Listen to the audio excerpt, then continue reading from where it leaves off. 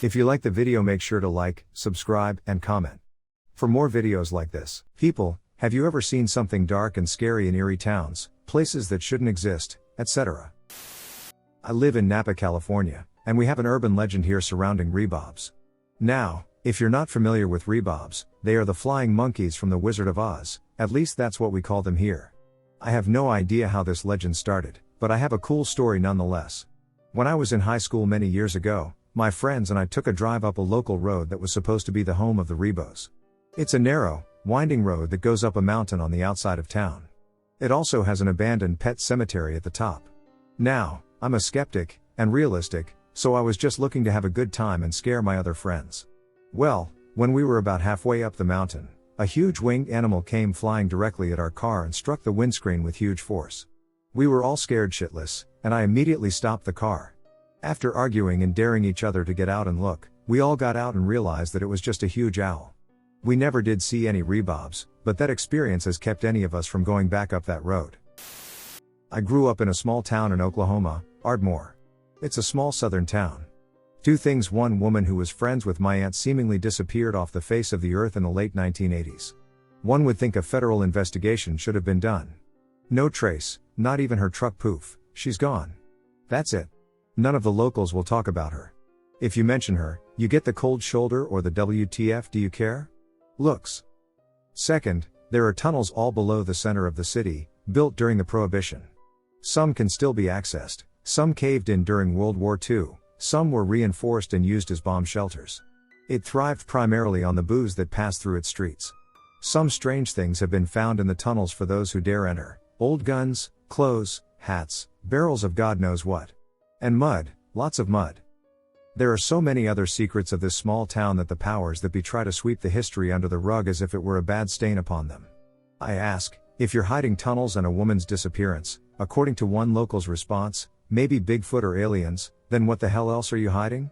No, I don't live there anymore, nor do I visit often for fear of asking too many questions and being the next missing person. When I was a kid, about 1962, my parents bought a fishing cabin on a small river about an hour and a half from our home. The first weekend we spent there, we went to a small town near there, and I have never had a more creepy vibe from an actual town in my life. Everyone stared at us, and most glared as they did. We went to the little grocery store, and the owners there were just short of being outright rude. After making our purchases, the owner actually told us we weren't welcome in the town because they didn't like outsiders. We booked it out of there and never went back. If we needed anything, we would go the extra 10 miles to a different small town where everyone was nice. This creepy town was Skidmore, Missouri. I was driving in rural areas in New England, near the borders of Vermont and Massachusetts, so I am not sure which one I was in. It was late. Well, okay, so late that it was actually early. And there was fog, dense fog. Like Silent Hill levels of fog. And like an idiot who dies in the opening scene of a horror movie, I am driving on back roads. First, my headlight just goes up and goes out. I cannot use high beams because of fog. I am in the middle of nowhere, I haven't seen a house or town in a long time. The car starts making noise, and the check engine light comes on. So I pull over, nothing much around the field, and it's foggy and dark. Creepy as hell. I gamely look at the engine. I can fix electronics, not engines. I tighten all the things I know. The car now won't start. So I am in the dark, in the middle of nowhere, on the side of the road. Because of the natural rules of how things work, my cell phone has no service as well. It is like one big cliché. But I am not stupid enough to wander the roads right now. So I recline my seat and decide to take a nap for a couple hours until the sun comes up. I wake up, the sun is coming up, the fog is going away, and I am on the main street of a tiny town, parked in front of what looks like the Bates Motel house. Houses everywhere. It was the creepiest feeling. I was sure I was in the woods. There was not a light on in any house all night. There was a service station 50 yards up the road. I walked up to it, talked to the guy, who looked perfectly normal. He walked over to look at the car, asked me to try to start it, and it did. The ducking thing turned over right away. And both headlights were working. I drove on, never getting the name of the little village, and I couldn't find it on a map. I always felt like I was in this big setup for a horror movie that just didn't pan out. Back in college, some friends and I rented an old mansion that had been built in the early 1920s from an elderly lady. The place was falling apart, but it was huge, and the rent was dirt cheap. About 2 years into living there, I went to the basement to do some laundry and momentarily lost my balance, reaching out to steady myself using one of the wall panels. It flexed more than I expected, and after some inspection, I found that it was removable. Behind it was a small, mostly empty, very dirty concrete room of about 100 square feet. I say mostly empty because right in the middle there was a hole the size of a well that had been previously bricked up. It must have been old because the bricks had eroded at some point and exposed some of the hole, maybe a 2-foot diameter circle out of the full 5 feet. After calling my friends down to look at it, I got the courage to creep a little closer and peer down into it. There was another room roughly the same size but deeper, maybe 15 feet down, and mostly dirt. We shined a flashlight down into it, and I could swear there was a teddy bear at the bottom. Unfortunately, despite plenty of bargaining, none of us were ever able to work up the courage, liquid or regular, to tie a rope and climb down for a closer look. Especially after we noticed that the bricks, which I thought had fallen in, were all accounted for and scattered around the hole as if something had broken out. When I was a kid, around 9 or 10 years old, I was out camping with my dad at a large international site. I buddied up with maybe 12 other kids, most of us from different countries, and we went exploring in the huge forest that bordered the campsite. We were having a blast playing tag, hide and seek, and climbing trees, even trying to learn bits of each other's languages as we went. It got to be around lunchtime, and we decided to head back to get some food to make a picnic when we took a wrong turn or something. We ended up at a fenced-in area covered in ivy and dry moss. It was about the size of a small cottage, and there were rusted-out bits of machinery, car parts, bikes, and electronics littered around the perimeter. Just behind the gate, we started to hear a rustling noise, and after a minute, a man popped his head over the gate and grinned at us.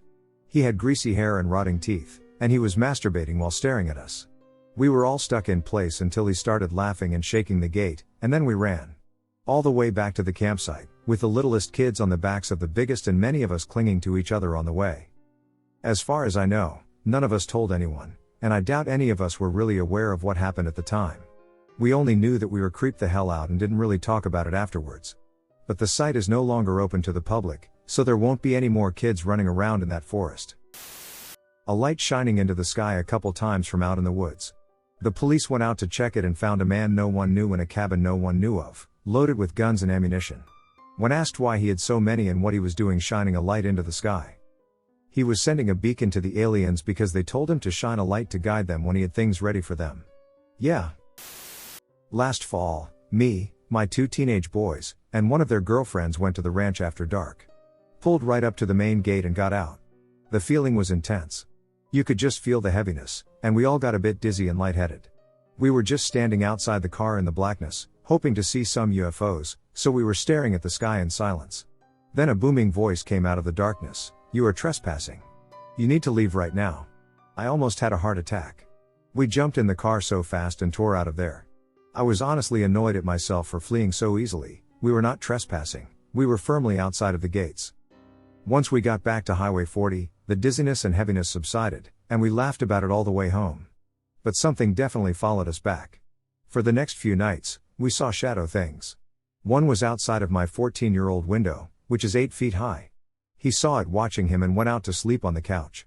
The next night, my 16-year-old was out on our property in a converted bus. He said the wind stopped, everything went silent, and then he saw the shadow thing. The brave little dude just calmly left the bus and headed back to the house. The next night I was laying in bed, and the fan on my nightstand, not a small one, came flying off the nightstand right into my head. So the next day I prayed with some promises, and it seems to have worked so far. That was all in August, and nothing strange has happened since. Also, my 16-year-old swears he saw a 12-foot, naked, human-looking creature running through the cow pasture late at night a few years ago. I refused to look into the pastures after dark. I grew up in a small town in the foothills of the Cascade Mountains in Washington state. There was this old logging road up in the hills that was the setting for many urban legends and local myths, or maybe just hard to believe truths we wished were myths. Everyone mostly avoided this road, as it really didn't go anywhere. The road turned to gravel a few miles in before it wound up into the woods and branched off into 100 dead ends and turnarounds, scars of the great logging boom a century before. One night in early autumn, a few friends and I decided to go drive around and see if there was anything really weird going on up there. The night air was all damp fog with wet leaves on the ground, a perfectly spooky and moonless night. As we turned off onto the road, we kind of shared a childish giggle. We didn't really expect to find anything out of the ordinary, But as we drove up the winding road through the thick fog to where the pavement ended and the road became a single-lane logging route, we all began to get a little anxious. We all became very quiet. After about a half hour of taking random turns and feeling really lost, the road left the woods and opened into a broad field. As we drove through the openness, the fog made it seem as if we were driving through some white abyss. In the distance, we began to notice a warm, orange glow through the fog. We slowed. The road began to turn towards the glowing object, and we all decided it had to be a fire. Judging from the height of the light source, this fire must have been massive, and the road seemed to be heading directly towards it. We stopped, rolled down the windows, and could smell the smoke in the air. We didn't want to go any further, which would have brought us closer to the fire, but there was nowhere to turn around. It was close to midnight and we had to get back soon, so we put the car in drive, turned off our headlights, and began slowly creeping down the road, looking for a place to turn the car around. Then there was a figure in the road, standing still. We stopped. It just stood there. We moved closer. It remained. As we got close enough to see what it was through the fog, we realized it was a man dressed in white robes standing facing away from us. We waited for a moment to see if he would turn around and acknowledge us. After a moment, we decided that he must have realized we were here and was choosing to ignore us, which was very creepy. We turned on the headlights again, and there in the road just beyond him was a row of children dressed all in black, linking hands across the road and staring at us. They all had little X marks on their foreheads. There was a tense moment where nobody knew what to do. Just then, the man in white turned towards us. I can't for the life of me remember if he had a face or not. It was terrifying. We threw the car in reverse, gunned it backward into a patch of salmon berries, and peeled around back down the road to town. We drove down that road as fast as we could, just about destroying the suspension of the car as we hammered over large potholes. The next day, we told our parents about what we saw that night, and they didn't believe us. A few days later, during the day, we went up to look for the field again, but we had gotten so lost on the way there and had left in such a hurry that nobody could remember how to get back. It was summer in the early 90s at the time, so it was pretty common for kids to spend the day outside all day with minimal supervision. On a particular day, my younger brother, around 7, and I, around 10, were super bored, so we grabbed our backpacks and pretended to be explorers. We had a plan to head deep into the woods to a location that we had found once before with a friend. It was a wide, shallow creek that flowed between two large hills. The sunlight filtered through the trees in a very pretty haze, and there were different colored pebbles in the stream. The last time we had gone there, we just sat on the bank for a long time, ate our lunch, and watched the deer that hung out by the water. We both referred to this as the magic place since it was such a beautiful and peaceful experience. We had a vague idea of where it was, and there were some areas where there were old, overgrown trails that you could follow, so we made it our mission to find it again that day. We hiked, and sure enough, eventually we found it. There were no deer there this time, and it was actually a little foggy when we got there, but still, we found it. Regardless of our victory, we were a little bummed that it wasn't the same experience, so we figured we could explore the area a little more. We crossed the stream, went over the other hill, and followed the old remains of a trail until it ended at a wall of brambles, trees, and one lone piece of wooden fence that had wire on it. We didn't want to end our adventure at such an uneventful place, so we decided to carefully climb over the fence and brambles to see if there was something interesting beyond there. The other side ends up being this big open field, so we end up walking through it for quite some time before coming upon a house by another large tree line. It was definitely an old house, white, peeling paint, sort of farmhouse looking, but it looked like a hodgepodge of different styles of old houses mashed together due to various additions or repairs. There was also a big A-frame window at the top of the house looking out into the land in front of it. We thought about leaving, since it now seemed that we had stumbled onto someone's property, but we noticed that the house looked sort of abandoned and that there were no vehicles or vehicle tracks on the paths, no signs of life anywhere. Another thing that convinced us to stay were these giant stalks, I'd say maybe 9 to 10 feet tall, of something that resembled wheat or some other golden brown kind of dried out crop or plant. My knowledge on crops and plants is admittedly fairly limited, but I figure that these things usually don't grow that high, so I'm not sure what it actually was. They created these large, various pathways that looked like a maze in front of this house. I'd say it somewhat resembled a corn maze that someone might create for Halloween, mixed with very large garden hedges you'd see in an old formal garden. This maze went on, and we couldn't resist wandering through it. We played in there for quite a while, but we both kept getting the feeling that someone was watching us from a distance through that large window in the house. The feeling kept increasing and eventually turned to dread, so we decided to sneak out and get back to our house ASAP. It was also starting to get darker out, which I think added a bit to the anxiety of making it all the way through the woods back to our house and feeling like we were being followed. When we finally got home, we told our mom about the house and asked her if she knew anything about it. She didn't, but she did try to help us find the area a few times during our walks later on. I have a memory of this place, my younger brother has a memory of this place, and my mom remembers us recounting the story to her when we got home and trying to help us find it again. It has been many years, but I still have no idea what that place actually was. In college, someone said they knew of an abandoned old house we should go explore. I'd never done such a thing, so I figured, sure, why not? We drove for some time along the highway on a side road until we saw the house. We drove over, and along the side of it was an old cemetery. This creeped me out. We walked around inside this house, which seemed oddly left as it was when the people had left, except for a few places where other vandals had obviously tossed things around looking for anything to take.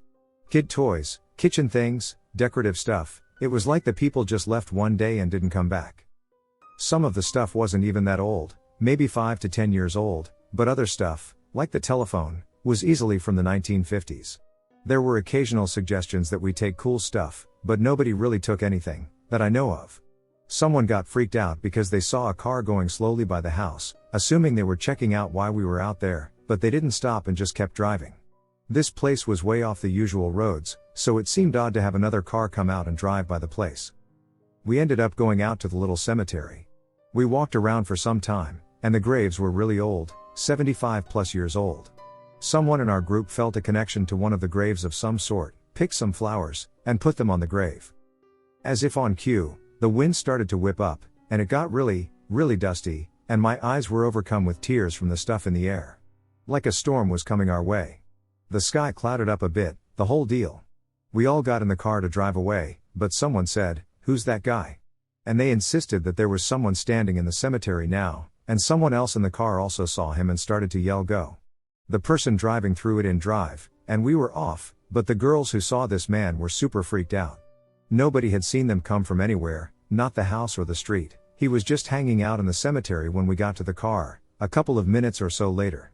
I saw no one, but they were both absolutely serious and terrified. It was weird, we never went back, and we never talked about it again. So I was a wildland firefighter back in the day in Arizona. I worked in a forest that was generally popular with a lot of recreation in the northern portion, but I worked in the southern portion of the forest that was really remote. It barely had any roads or campgrounds, so if you wanted to recreate there, you had to work for it. The fire crew I was on had 2 duty stations, one in a small town where the rest of the forest employees worked, and one that was about 2.5 hours away up a really windy, mountainous road. The remote duty station had an old Forest Service ranger station. When I worked at this place, it had no cell reception. They did eventually add a cell phone booster. So my supervisor from that crew had experienced some weird things as well while working up there. There was one night he told me he was cowboy camping, sleeping outside with no tent, and he kept getting a weird, mucusy drop of liquid on his face. He kept looking around and even yelling, but no one was around him. He told me he wasn't below any trees, so it wasn't tree sap. He never slept outside there again, which leads me to believe he was telling me the truth.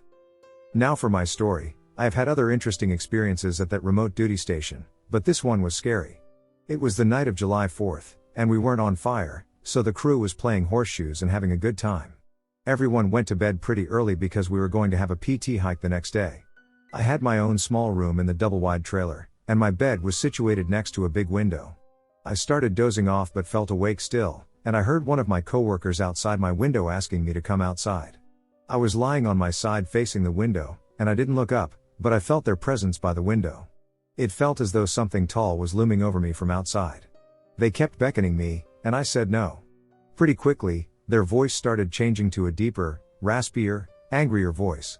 They started cursing at me, "Get the duck outside." I just froze. It was sort of a demonic voice.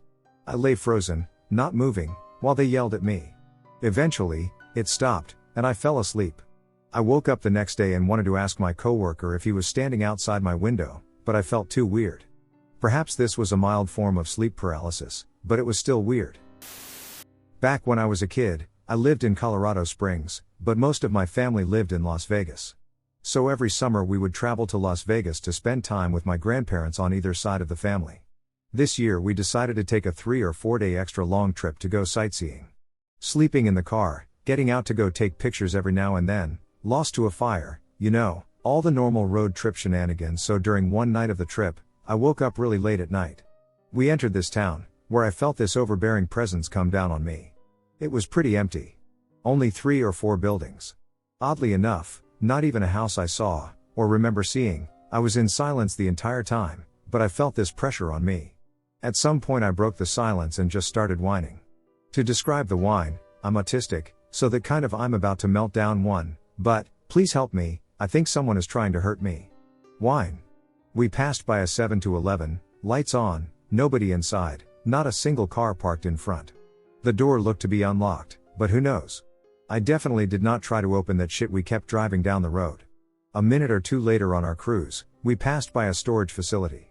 A U-Haul 1. I saw someone look at me from the top story inside the building. I jumped and got scared because it was so sudden. But it turns out it was that stupid cardboard security officer they all have. My parents saw me freaking out about it at that point and went, "Oh honey, it's just cardboard." Okay, sure, Mom. But why did it look at me? I didn't say anything because, I was scared shitless and whatnot. We kept driving. At this point, there were no more buildings. Just those 2 I directly remember. Weird, right? Here's even weirder, this is where we're following. We pass by this massive truck, like a commercial-size Walmart, but not actually servicing Walmart. We pass by it, and after we go, its lights turn on immediately. The truck quickly catches up to us and cruises along to the side of us. Okay, cool, nothing weird. This is where I do something that I regret. I look up, and I see nobody in the driver's seat. A faint outline, maybe, but I could literally see through the passenger window into the darkness of the desert beyond. Mo-o-o-oom. There's nobody in that truck. Nobody's driving it. Oh, honey, it's just a bad angle, and you can't see it. I nodded slowly and blinked, still staring up into it. It followed alongside of us, matching the exact speed we were going, until we reached a point. We passed, I don't know, an invisible, I guess. The truck slowed as soon as we hit that line, made a left, turned around, and went straight back into town. The pressure of being watched left me. I fell back asleep and thought nothing of it, as I was an idiotic baby. So this actually happened to my boyfriend, who is from Mexico. He has had many experiences that most Westerners wouldn't believe, as Mexico is an intensely paranormal place, probably due to its long history of extreme violence and its witchcraft and religious paradigm. When he was 15, he was on his grandfather's ranch in Michoacan. It was a remote place with only a couple of distantly scattered neighbors, and his grandfather's land was big and spread out. One night, his grandfather asked him to put out the bonfire next to the house. He put it out, went back to bed, and fell asleep. A few hours later, his grandfather came back and scolded him for not putting out the fire. This happened routinely for months. One time after he put out the fire, he saw the light from the fire through his bedroom window, and he saw a female figure putting logs on the fire. He assumed it was his aunt, so he went back to sleep. The next day, his grandfather yelled at him again, so my boyfriend told him that it was just his aunt who started the fire again, probably just to heat up some water or something. When asked about it, his aunt said she had not been out to the fire at all, and she was the only female living there. What also began happening at the same time as the mysterious fires was that my boyfriend and sometimes his friends would see a woman walking across his grandfather's property and up a hill. They saw her several times over the course of a few months. My boyfriend said he couldn't figure out what she was doing there or where she came from because they knew all the people that lived close by, and in that part of Mexico, people don't generally just trespass on other people's property like that because it's potentially dangerous. He said she was solid and looked just like a real person, with red jeans and blondish hair, but that when she would walk by, there was no sound, like the wind stopped blowing and everything stood still. One day he was meandering around the ranch looking for good grass to give to the cows. On the far side of the ranch, up the hill, he found a patch of nice, long green grass on a little mound. He started pulling up the grass and ended up pulling up part of a blanket. He said the blanket looked old but not that old, like it had been outside for a few months or so. So, he started to pull up the blanket, and he saw 2 arms tying together from behind, execution style. He said there was still some meat on the arms, although the body was mostly bones by that point. He immediately could see it was a woman with red jeans and the long blondish hair and blouse that he recognized from the woman walking across the ranch up the hill towards the place where he found the body. They called the police detectives, who investigated and determined that the woman was a police officer who had been executed by the cartel. This was about 1990-ish, when the cartels in Mexico were just beginning to approach what they are today. He saw incredible amounts of violence after that. Anyway, after he found her body and brought over the detectives, he was lying in bed when he heard a woman say "thank you" in his ear with a big sigh, feeling the breath. He never saw the woman walking up the hill again, and the fire stopped after that.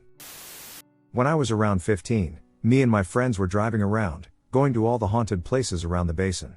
It was getting close to Halloween, so as is tradition, we were all trying to scare each other. First, we went to a place called the Haunted Woods. This is an actual business, not a place in the woods.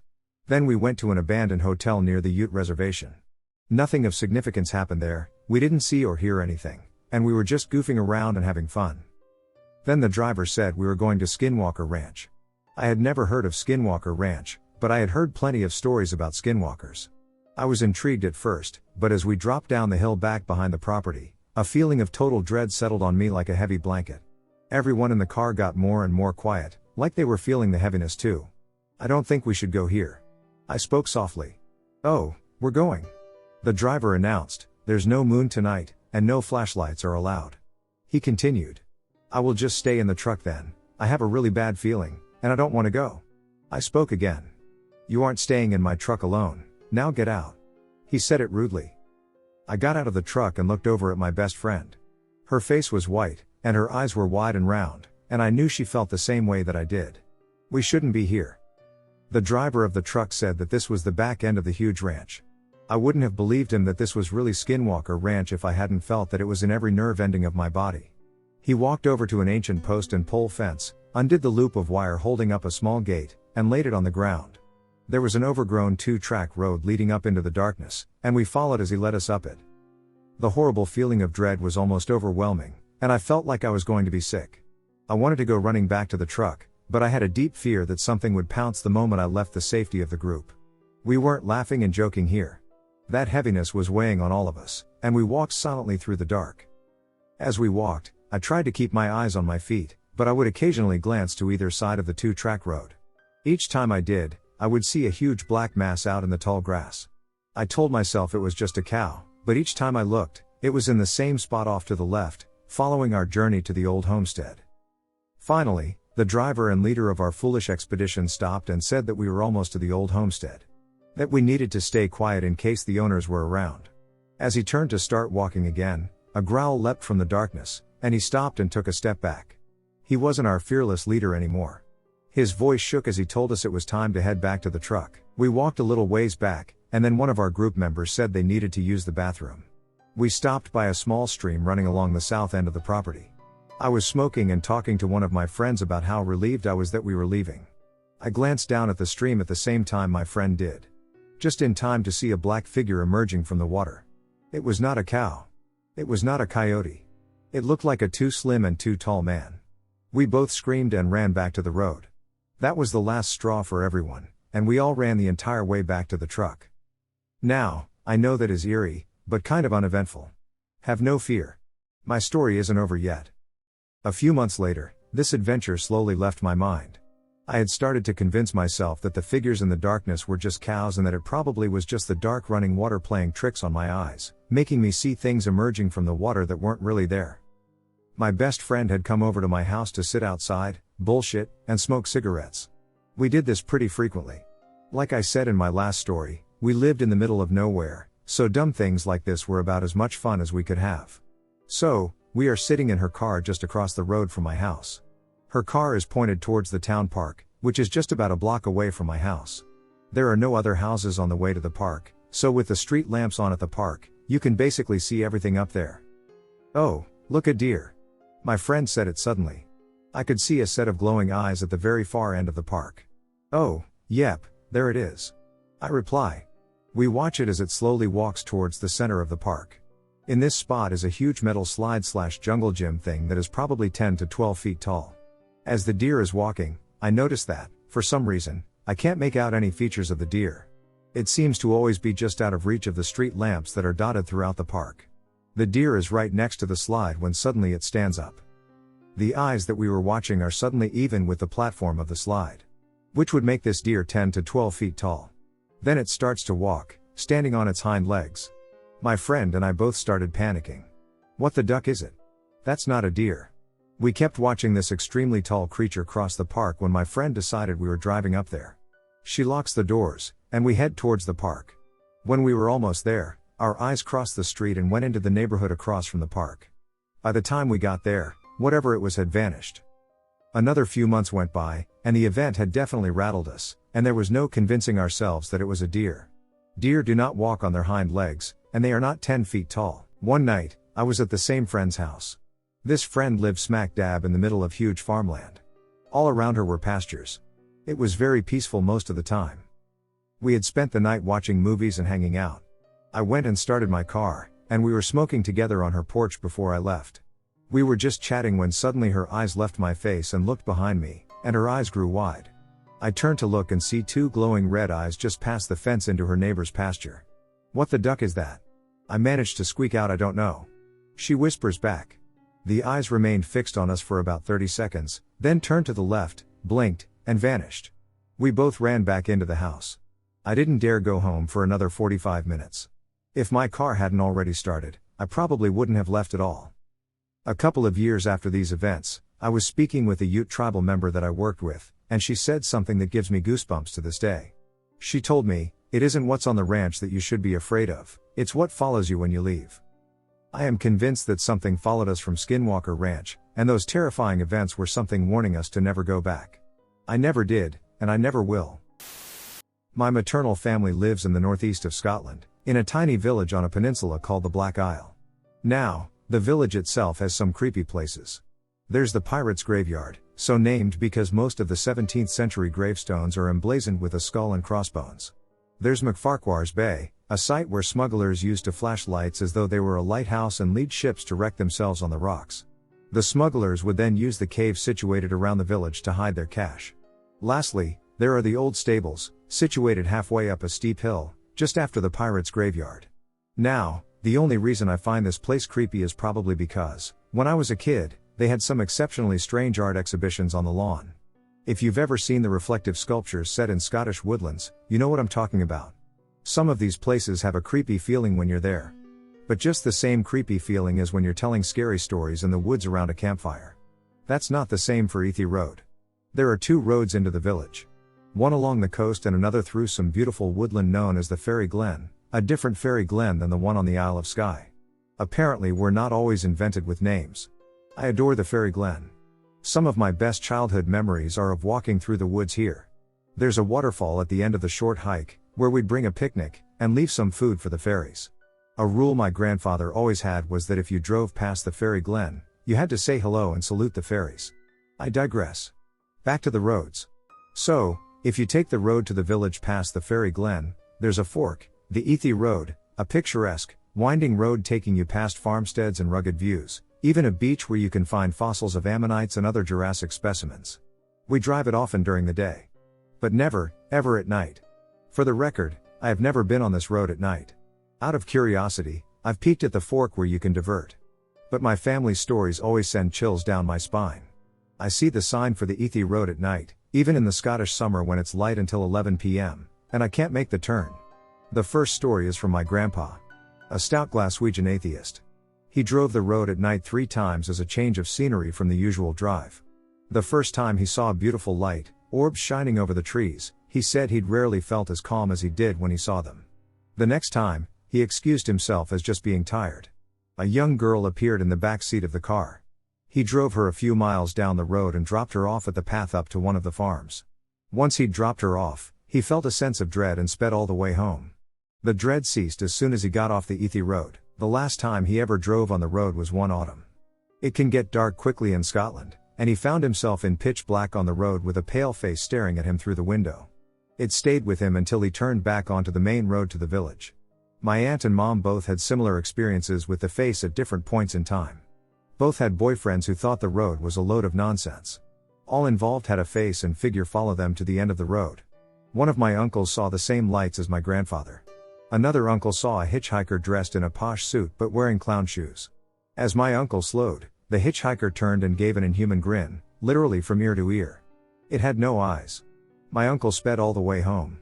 When you search this road online, there's no evidence of anything spooky. Just information about the cool fossils you can find. If you're ever in that neck of the woods, feel free to check it out at night and get back to me, because I'll never drive it.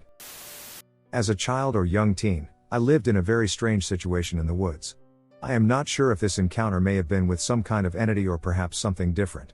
I, a female, was around 12 years old at the time, and one of my best friends, Alex, must have been 10. Alex's father had purchased a large amount of forested land around 100 kilometers away from the city we lived in, Montreal, Canada. Their land was cut in two by a dirt road that the forest gave off a really bad vibe. It had lots of very tall, dark coniferous trees with almost black trunks, and the place seemed somehow devoid of light or life. Climbing the hill, which we were seldom willing to do because of the creeps it gave us, there was some sort of swamp there. When we were there was this strange pressure. We sensed a kind of animal instinct that told us to leave this place. The strange atmosphere was spontaneously obvious to both me and Alex, and we playfully called that side of the road the Demon's Forest. One weekend day, probably in 2001 or 2002, my family and I came to visit Alex's family. Bored by the adults, my friend and I decided to go and play in the forest. Alex's father told us to watch out. There was an animal that had been rummaging in their trash bin and causing other nuisances. He said it was a dog that looked somewhat like a Rottweiler that surely belonged to someone living up the dirt road. He warned us that we shouldn't interact with the dog if we saw it, as it didn't look healthy, as far as he could tell, or something was weird about it. He said it somehow looked diseased, contagious, or had patches of fur missing. I can't remember exactly. And so we set out on our walk. It was autumn, and the leaves were pretty and golden, many having already fallen to the ground. It was a calm, slightly overcast, windless day. The air was very still and calm. Alex and I decided to walk along the dirt road, with the pleasant section of the forest to our right and Demon's Forest to our left. We chatted while following the road as it was rising up a slope. As usual, we were slightly creeped out going up the road because of the weird vibes of the forest to the left, but we were challenging ourselves to be brave and trying not to really think about how unsettling it felt. A good distance away from their home, when it was already well out of sight, I noticed the first strange thing of the day. On the steep hill on the left side of the road, there was a very large and dark pine tree hanging over the road. Somebody had attached a pink ribbon to one of the branches, which was already strange since this was the territory of Alex's family and they had no daughters, or other little girls likely to hang around, or other people who may be owners of pink ribbons who were likely to hang out on this deserted road. The strange thing was that the ribbon was flailing strongly in the wind, its loose ends were flapping almost horizontally. The thing is, it was a completely windless day. There was no wind to speak of. The ribbon was within my reach, so I even touched it as it was flailing. I even licked my finger and held it in the air to check if I could feel any wind or air current at all, as my dad had taught me. The air was perfectly still. Yet the ribbon failed. I mentioned it to my friend.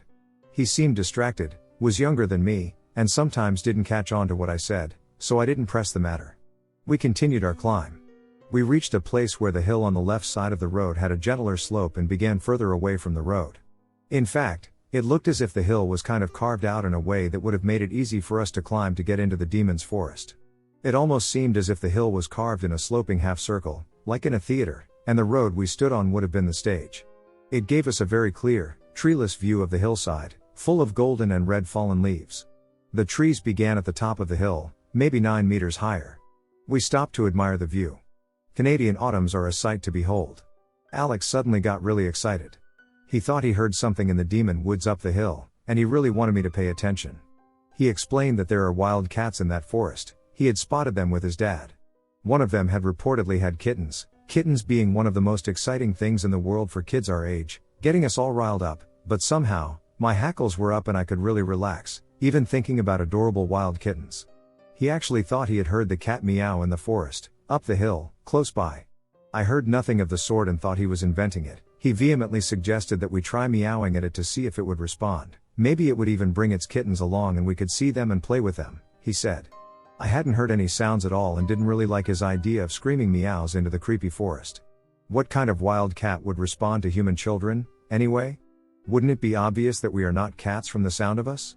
That seemed like a dumb idea to me. Before I could try to talk him out of it, he loudly meowed into the forest. To my utter shock, the forest meowed back. Alex was delighted. He meowed again. Something in the forest answered again. I was actually shocked. This didn't make sense to me. And it creeped me out.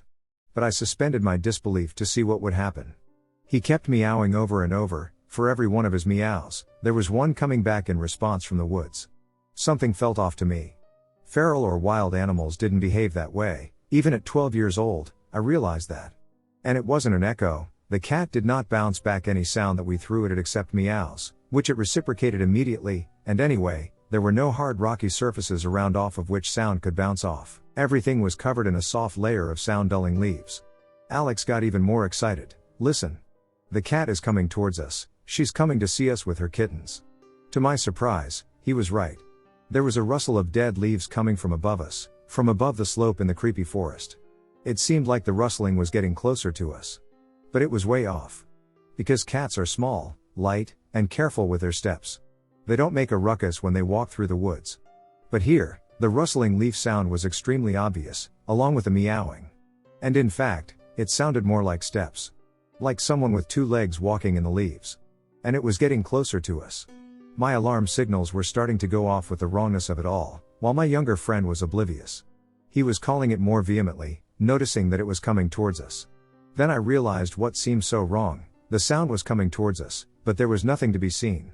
Right in front of us was the gently sloping hill, treeless and clearly visible. Anything coming from the forest should have been plainly exposed to view. There was nothing. There is no source for the rustling sound. Nothing is moving. Oh, her kittens are joining her. Listen, there are more sounds. They're coming to play with us. He was right. The walking sound seemed to have multiplied and now came from various directions at once. Ever getting closer, with nothing being visible. Something was way off. I wanted to leave. But Alex was getting mad at me. The kittens were almost here and he wanted to see them. He insisted. At this point, it was extremely tense, and fight or flight was activating from the wrongness of it all. We were alone and quite exposed on this theater stage to whatever was getting closer to us, which was, more and more obviously with every moment, decidedly not kittens. I was on the verge of forcing him to run home. And then, suddenly, I heard a very loud panting sound. Right at my feet. During the first millisecond, I was only mildly surprised. We had a huge husky at home. I was used to it panting next to my feet. But then, a sense of profound dread fell on me as I realized that, obviously, my dog was not here. And it must be another dog, a very big one, by the sound of it. Right at my feet. I panickingly looked down, ready to jump away from the dog that somehow got extremely close to me, almost on me, without my noticing. There is absolutely nothing at my feet. But I still hear the loud, breathy panting sound coming from there. I whirl around, all 360 degrees, screaming. Where is it coming from? There is nothing at my feet or anywhere around me. There is nothing there. Yet the sound is clearly there. As I whirled about in a frenzy, I looked up at the dirt road we were following. Around 100 meters away, at the top of the slope, I see a lone dog standing. It looks somewhat similar to a Rottweiler but is in very, very bad shape. Extremely unkempt, with patches of fur missing, shaggy and dirty as heck, with some skin exposed where the fur is missing. It looks down at us, too. Obviously, there is no way that I could hear it panting at that distance, and the source of the sound is at my feet. At that point, the flight instinct wins over me. I have never run as desperately and as fast in my whole life. Thank goodness it was all downhill. Alex kept pace right beside me, terrified. We made it home in one piece. We don't walk in these woods anymore.